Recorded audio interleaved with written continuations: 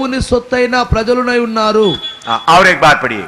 మరియు కుమార్ అయితే మీరు చీకటిలో నుండి ఆశ్చర్యకరమైన తన వెలుగులోనికి మిమ్మును పిలిచిన వాని గుణాతిశయములను ప్రచురము చేయు నిమిత్తము ఏర్పరచబడిన వంశమును, రాజులైన యాజక సమూహమును, పరిశుద్ధ జనమును, దేవుని సొత్తైన ప్రజలై ఉన్నారు.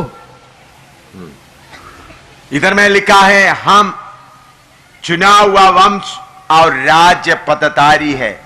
ఇక్కడ రాయబడిన మాటలను గమనించినట్లయితే మనము ఏర్పరచబడిన వంశము, రాజులైన యాజక సమూహమై ఉన్నాం. तो हमारा सेवकाई कैसा है? మరి మన సేవ ఏ విధంగా ఉంది? मिनिस्ट्री कैसा है? పరిచర్య ఏ విధంగా ఉంది? दूसरा कोरिन्थी 3:6 से 9. మరి కొరింథీ సంఘానికి రాసిన 2వ పత్రిక 3వ అధ్యాయము 9 నుండి 6 से 9. 6 నుండి 9 వరకండి. Second Corinthians chapter 3 verse 6 to 9. కొరింథీ సంఘాన్ని తిమోతికి రాసిన दूसरा कोरिन्थी. కొరింథీ సంఘాన్ని రాసిన 2వ పత్రిక 3వ అధ్యాయము 6 నుండి 9 వచనాలండి. వానికి మీలో ఎక్కువ మంది వలన కలిగిన ఈ శిక్షయే చాలును గనుక మీరిక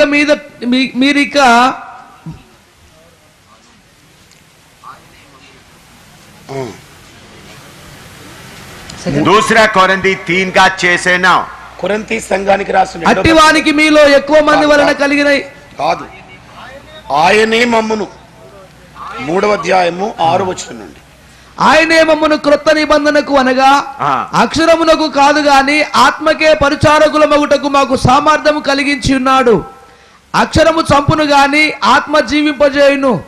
మరణకారమగు పరిచర్య రాళ్ల మీద చెక్కబడిన అక్షరములకు సంబంధించినది అయినను మహిమతో కూడినది ఆయను.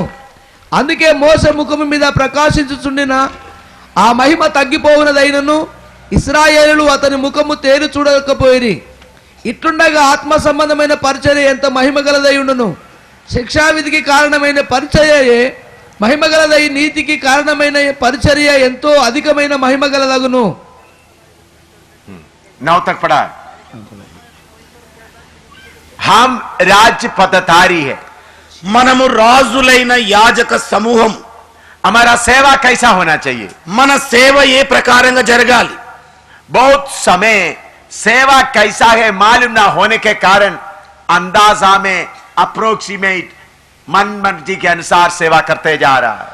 అనేక మరి సంవత్సరాల కాలం నుండి సేవ ఏమై ఉన్నది అని ఎరగక మన ఊహ ప్రకారంగా, మన ఆలోచన ప్రకారంగా సేవలో కొనసాగుతూ వచ్చాం. मैंने आपको बताया परमेश्वर ने हमको पुत्र बनने का हक दिया है. నేను మీతో చెప్పాను, దేవుడు మనలను ఆయన కుమారునిగా ఉండే హక్కు ఇచ్చాడు. और दूसरा मैंने बताया हमको राजा बनाया. మన రెండవదిగా దేవుడు మనల్ని రాజులను చేస్తాడని చెప్పాను. आज मैंने बताया हम चुना हुआ राज्य पदधारी है. ఈ రోజు మీతో నేను చెబుతున్నాను, ఏర్పరచబడిన వంశము, రాజులైన యాజక సమూహమై ఉన్నాం. हमारा सेवा कैसा है? మన సేవ ఎలా ఉంది? पुराना नियम का सेवा महिमा भरा हुआ सेवा था. పాత నిబంధన కాలం నాటి సేవ మహిమతో కూడిన సేవ. दोषी ठहरने वाली वाचा तेजोमय था. మరి శిక్షా విధికి కారణమైన పరిచర్య మరి ప్రకాశమానమైన పరిచర్యగా ఉండింది. ऐसा है तो धर्मी ठहरने वाला वाचा और भी तेजोमय क्यों ना होगा? మరి నీతిమంతులుగా తీర్చే ఈ పరిచర్య ఇంకా ఎంత మహిమ కలిగినదై ఉంటుంది. मूसा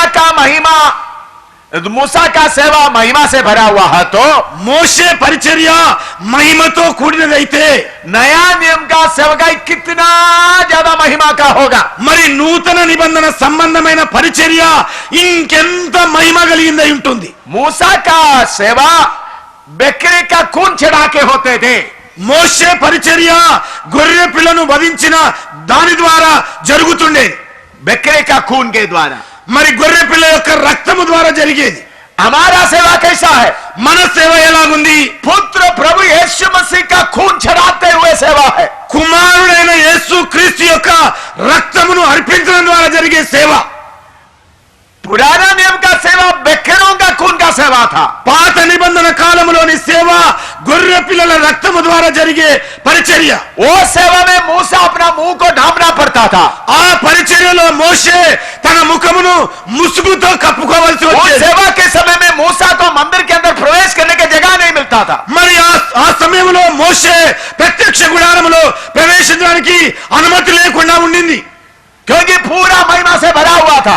ఎందుకంటే అదంతా కూడా మహిమతో కూడినదై ఉండింది. वो बकरे के खून के सेवा इतना महिमा से भरा हुआ है तो మరి ఆ గొర్రె పిల్ల రక్తము ద్వారా జరిగే పరిచర్య అంత మహిమ కలిగింది. అయితే यीशु मसीह के खून के द्वारा जो सेवा मिला है वो कितना तेजोमय होगा। యేసుక్రీస్తు యొక్క రక్తమును బట్టి అనుగ్రహించబడిన ఈ పరిచర్య ఇంకెంత మహిమ కలిగినదై ఉంటుంది.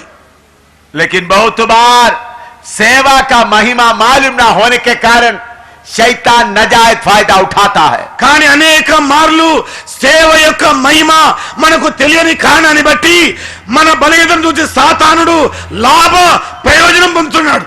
पुराने